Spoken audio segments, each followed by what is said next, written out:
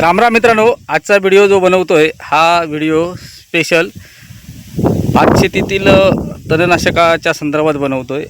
आणि मी माझ्या भात शेतीमधील तण तुम्हाला दिसत असेल, हे जे तण येतंय हे आज ना उद्या परत वरती भाताची स्पर्धा करणार आणि भाताला घातलेला खत किंवा आपण जे मशागत करतो, खत घालतो, ते खत संपूर्ण खाऊन टाकणार। यावर्षी खास करून कोकणामध्ये म्हणजे आमच्या देवगड पट्ट्यात पाऊस खूप कमी आहे आणि त्याचा परिणाम असा आलेला आहे, जी साड्यावरची शेती आहे त्या साड्यावरच्या शेतीमध्ये यावर्षी भरपूर रान आलेला आहे आणि ही एक खूप मोठी समस्या निर्माण झालेली आहे। मी बरेच 1-2 वर्षापूर्वी या तणनाशकासंदर्भात व्हिडिओ बनवला होता आणि मला त्याच्यानंतर भात शेती रान उगून आल्यानंतर बऱ्याच जणांचे फोन देखील आले की तुम्ही ते तणनाशकासंदर्भात जो व्हिडिओ बनवला ते कोणती तणनाशक वापरला। मित्रांनो, भातामध्ये तण उगून आल्याच्यानंतर कोणतंही तणनाशक आपल्याला या ठिकाणी कोकणामध्ये किंवा महाराष्ट्रामध्ये देखील उपलब्ध नाही आहे आणि म्हणून मग ही जी तणनाशक असतात त्यांची मागणी होती की आम्हाला ते तणनाशक द्या।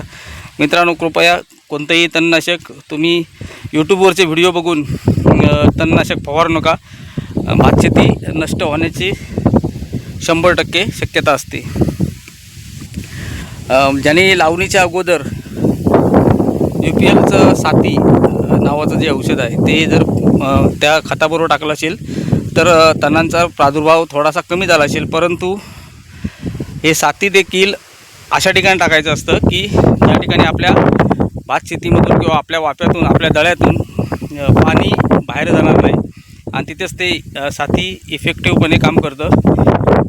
अपुऱ्या माहितीच्या आधारे कृपया कोणी असले प्रयोग करू नका। आता मी देखील आजचा जो व्हिडिओ बनवतोय हा तुम्हाला भात शेतीमधील तणनाशक कसं वापरायचं याच्यासाठी बनवतोय। परत एकदा सांगतो की तणनाशक वापरणं आपल्या कोकणामध्ये अद्याप या कुठल्याही कंपनीचं औषध तणनाशक म्हणून आलेलं नाही, म्हणजे भात शेतीमधील तण याच्यासाठी औषध आलेलं नाही। हे बघा, काही वाफ्यांमध्ये तण तुम्हाला अजिबात दिसणार नाही, पण हे बघा या ठिकाणी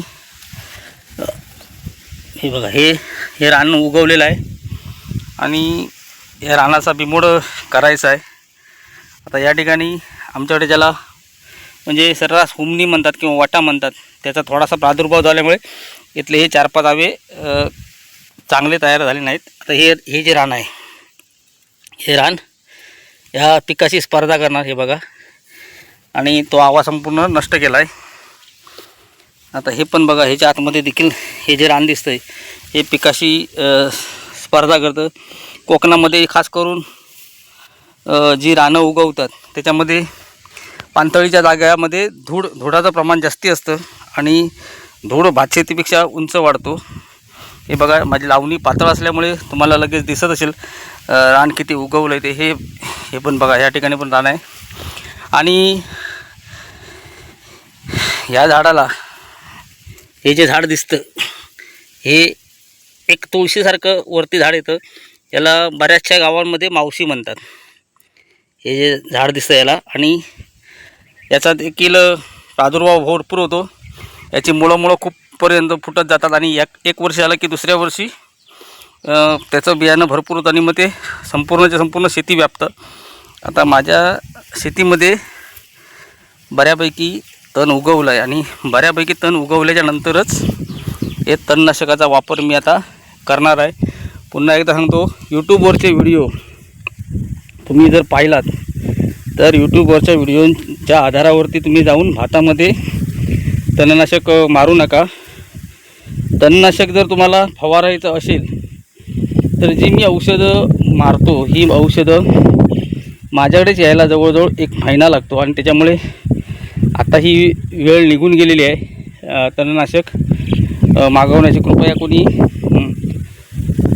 आता तणनाशक माझ्याकडे मागू त्याचं कारण असं आहे की आता तुम्ही जरी मागवलात किंवा प्रयत्न जरी केला तरी मी जरी प्रयत्न केला तरी वेळ निघून जाईल आणि जे रान आहे ते रान भाताच्या वरती येईल। या ठिकाणी आमच्याकडे हरियाळी म्हणजे ध्रुवांचाच एक प्रकार ते देखील रान असतं, पाकडी असते किंवा नागरमोता जो म्हणतात तो असतो।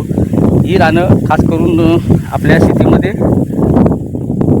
उगवून येतात आणि त्यांचा आज विमोड करायचा आहे। आजचा व्हिडिओ फक्त बनवतो, हा छोटा व्हिडिओ बनवणार आहे आणि हा व्हिडिओ फक्त फवारणीची अगोदरची परिस्थिती काय आहे ही दाखवण्यासाठी करणार आहे आणि त्याच्यानंतरचा जो व्हिडिओ येईल तो व्हिडिओ तुम्हाला भातातील रान मेल्यानंतरचं म्हणजे परिस्थिती कशी आहे, फवारणी झाल्याच्यानंतर म्हणजे मेल्यावरती ते कसं दिसतं या संदर्भात व्हिडिओ तयार करणार आहे। हे बघा मेऱ्यावरती पण रान आलेलं आहे आणि मी या ठिकाणी कोणतीच म्हणजे मजुरी करून किंवा माणसं लावून पेरणी करणार नाही आहे। मी आता थोड्या वेळात या ठिकाणी फवारणी करणार आहे। आज पाऊस थोडा कमी आहे आणि त्याच्यामुळे फवारणी करायची संधी घेण्याचा फुटवा पण जास्त झालेला नाही आहे, म्हणजे गाडीला फुटवा पण झालेला नाही आहे। आणि मी हा व्हिडिओ बघत असताना हे देखील आवर्जून पहा की शेतीमध्ये फुटवा किती आहे तो आणि औषध मारल्यानंतर फुटव्याचं प्रमाण देखील किती होतं याचा देखील एक व्हिडिओ बनवणार आहे। त्यामुळे मी परत सांगतो, कोणतंही तणनाशक पूर्ण माहितीच्या तणनाशक वापरू नका। कोकणामध्ये खास करून मेरा मजबूत नसतात, म्हणजे माझ्या गावात तरी मेरा मजबूत नसतात, म्हणजे बांध मजबूत नसतात, पण मी मात्र बांध मजबूत घालतो आणि त्याचा फायदा देखील मला काही जो होतो तो देखील तुम्हाला मी नंतरच्या व्हिडिओमध्ये सांगेन। आता याच्या अगोदर मी बांधावरती संपूर्ण तणनाशक फवारलं होतं, पण हे बांधावरती किरकोळ रान आता आलेलं आहे आणि ज्याला मावशी म्हणतात तो प्रकार, मावशी झाडं भरपूर आलेली आहेत बघा, त्याला आमच्याकडे मावशी म्हणतात पण त्याचं नक्की नाव काय आहे ते मला माहिती नाही। ही एक तुळशीसारखीच झाडं रुजून येतात। मित्रांनो, थोड्या वेळाने तुम्हाला मी फवारणी करत असताना कशी फवारणी करतो हे देखील दाखवणार आहे आणि तुम्हाला ते मावशीची झाडं आणखी जर मोठी बघायची असतील हे काढून टाकलेल्या रानात ही बघा ही झाडं निर्माण झाली आहेत। त्याचं नाव देखील तुम्हाला हवं असलं तर मी या व्हिडिओमध्ये म्हणजे त्याला कोणतं झाड म्हणतात त्याचं नाव देखील मी तुम्हाला अगदी शास्त्रीय नाव देखील सांगेन, ते बघून ठेवा। अशी आता माझ्या शेतीची परिस्थिती आहे। अजून ह्याला एकदाही खत मारलेलं नाही आहे, आता परत मी खत मारणार आहे, पण ते तणनाशक वापरून झाल्याच्या नंतर।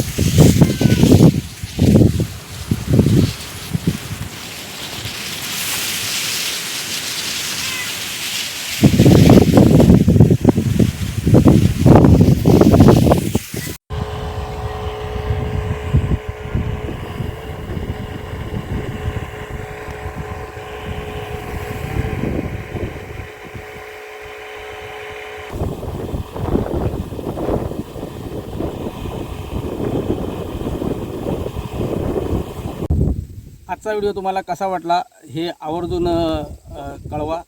शेतकऱ्यांना हा व्हिडिओ जास्तीत जास्त पोचवा, जास्तीत जास्त लाईक करा, शेअर्स करा आणि चॅनलला मात्र आपल्या अमर्ध मराठा चॅनलला सबस्क्राईब करायला विसरू नका.